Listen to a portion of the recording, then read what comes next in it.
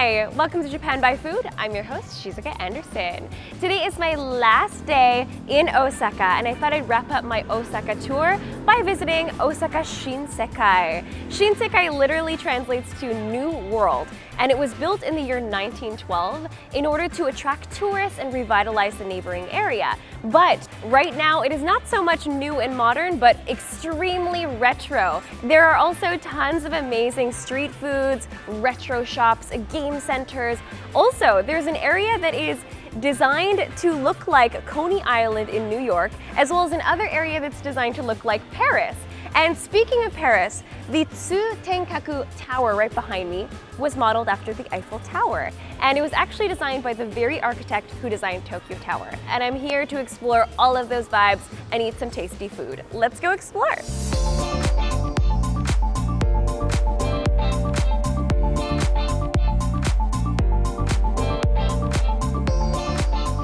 Oh, this is cute. Look at the penguin.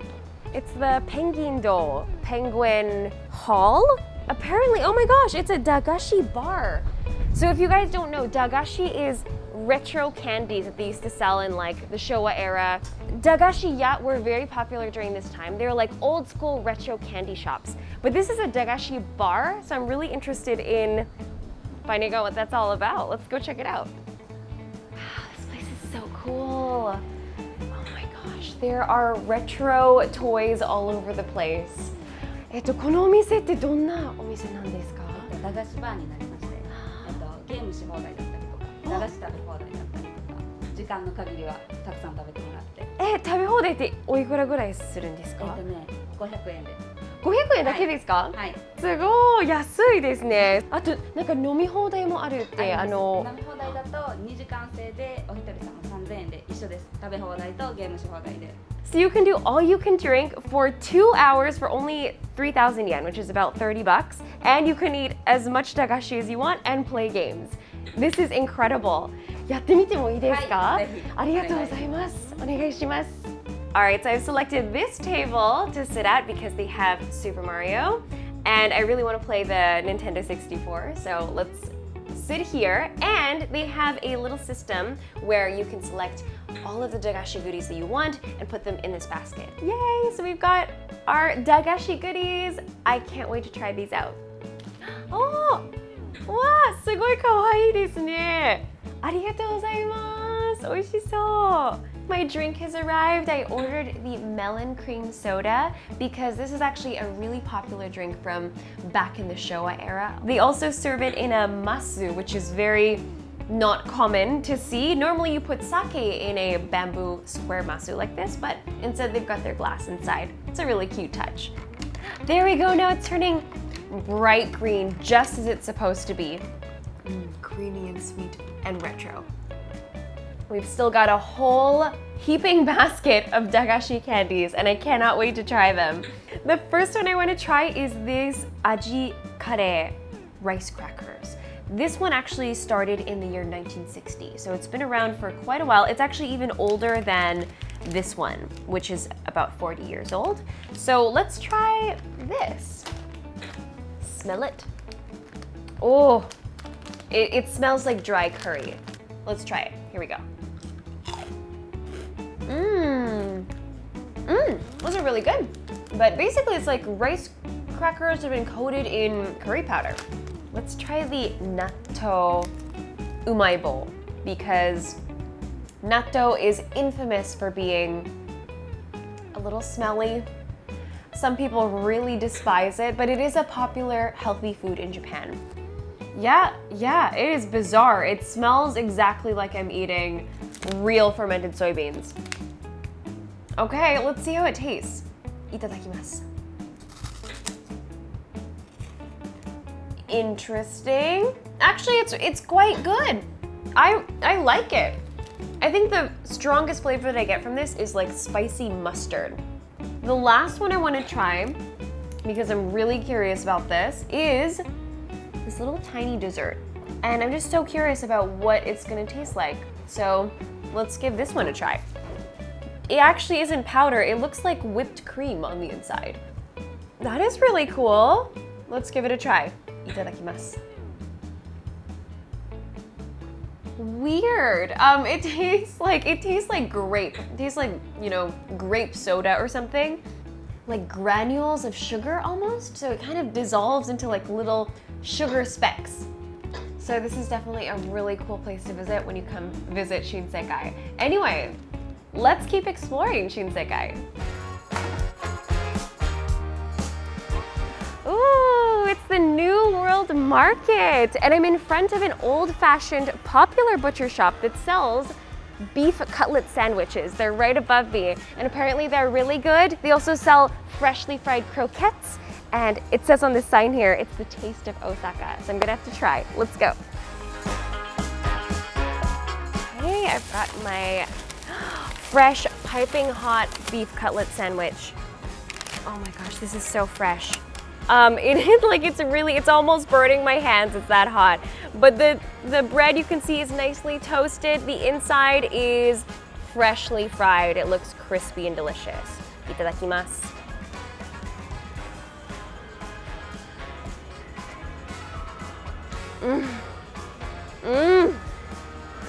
The cutlet is so crispy on the outside. That crunch is amazing. The bread is fluffy and soft. And all of it is piping hot, and the meat is juicy on the inside. You also get this wonderful spicy Japanese mustard on the bread. It gives it a really nice kick. This is so, so good. Definitely recommend. Well, that was really delicious, but we still have a lot more to see. Let's keep exploring.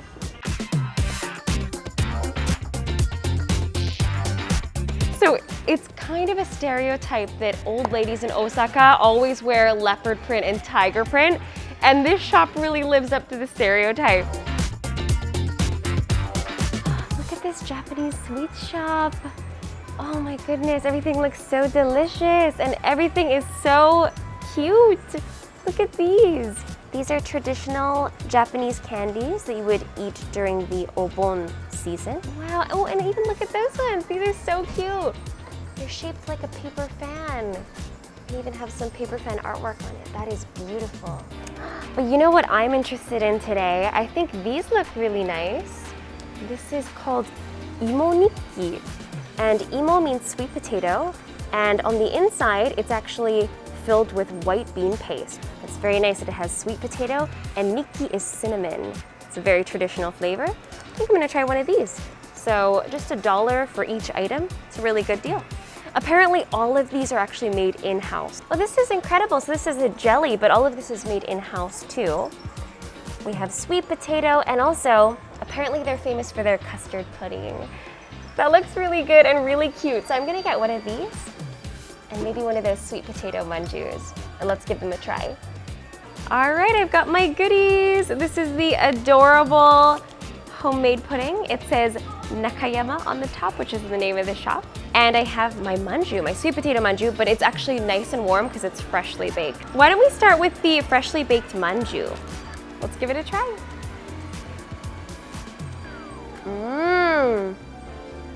As you can see, it is filled with white bean paste, and because of that, it is quite sweet, but I love the sweet potato, the baked sweet potato aroma that comes with it. Now it's time to try my pudding. Ooh, look at that custard. That looks so good.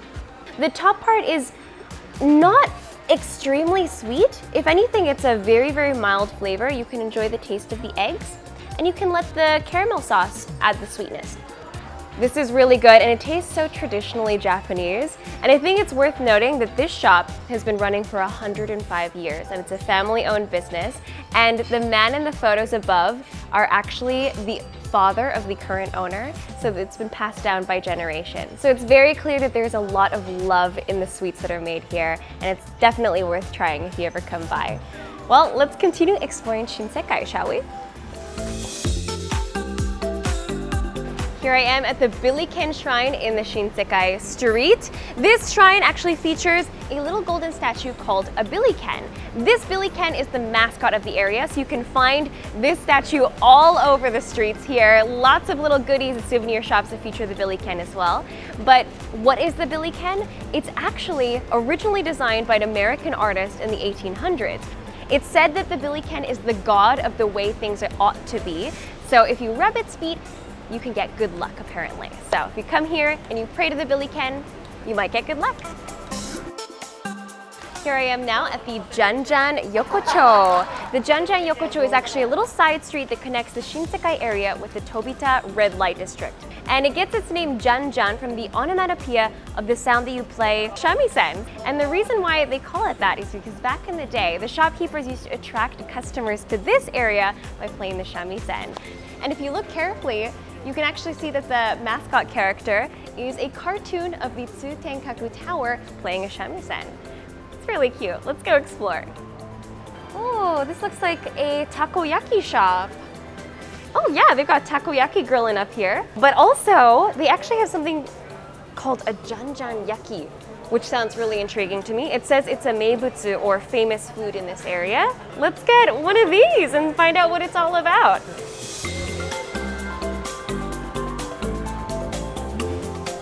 Here we go. Let's take a look at what's inside. Ooh! It looks like a wonderful, almost okonomiyaki style dish with the mayonnaise and green onions on top. And on the inside, they've actually added takoyaki. They seem to have just kind of mixed it all together. So as you can see, there's some good big chunks of octopus inside, much like a takoyaki. The top of it looks like probably what an okonomiyaki or takoyaki batter would be like. It also has potatoes, cheese, and egg. And it's covered in a wonderful takoyaki sauce. Oh yes, that looks good. Hot and delicious.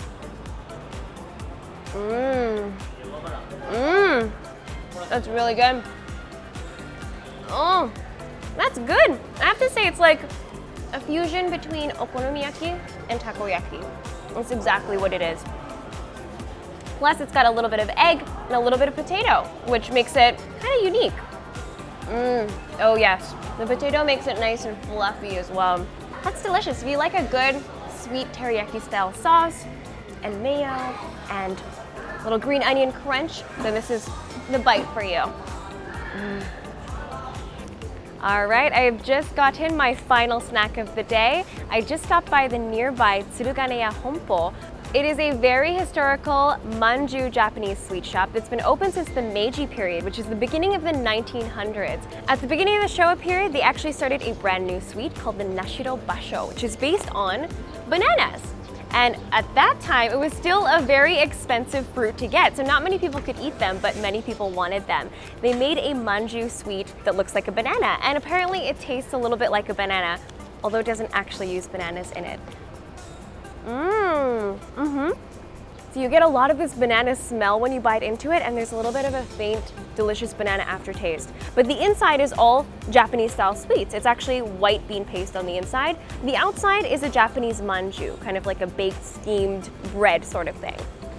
Very unique, very, very Japanese, and it definitely tastes like the Showa period. But on that note, that actually wraps up my day at Shinsekai, and I have had so much fun here. It's like walking into a retro style theme park. This is also the last video in my Osaka series, and I really hope you enjoyed it. Please let me know in the comments below which location I visited that you liked the most, and which video was the most fun for you. Anyway, thank you so much for watching, and I hope to see you guys in the next video. So don't forget to like, comment, share, and subscribe. See you guys next time. Bye!